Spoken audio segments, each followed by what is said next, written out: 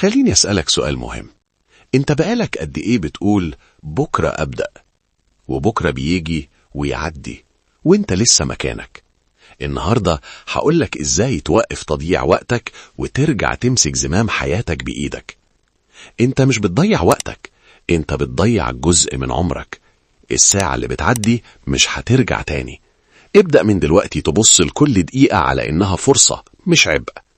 التسويف مش كسل، التسويف خوف متخفي، خوف من الفشل أو من التعب أو من إنك تواجه الحقيقة. الحل؟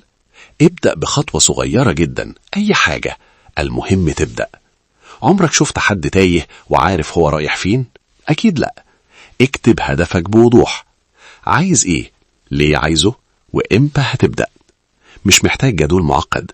قسم يومك ل3 حاجات أساسية فقط، ولو خلصتهم اعتبر اليوم ده ناجح. البساطة هي السر. مش كل حاجة تحصل لك تستاهل عصبية أو تأجيل. انت اللي بتختار ترد بانفعال ولا بحكمة. السيطرة على وقتك تبدأ بالسيطرة على ردود أفعالك. الموبايل في إيدك مش أداة، ده أكبر لص للوقت في حياتك. اقفل الإشعارات وابعد عن أي حاجة بتسحبك من تركيزك. بدل ما تقول أنا فاشل، قول إيه الحل اللي أعمله دلوقتي. اسأل نفسك دايما الخطوة الجاية إيه. عمرك ما هتسيطر على حياتك لو فضلت مستني الحماس.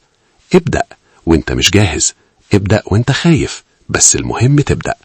لو الفيديو ده حرك فيك حاجة، اعمل لايك واشترك في قناة كملها، وخليك دايما الشخص اللي بيقرر مش اللي بيستنى.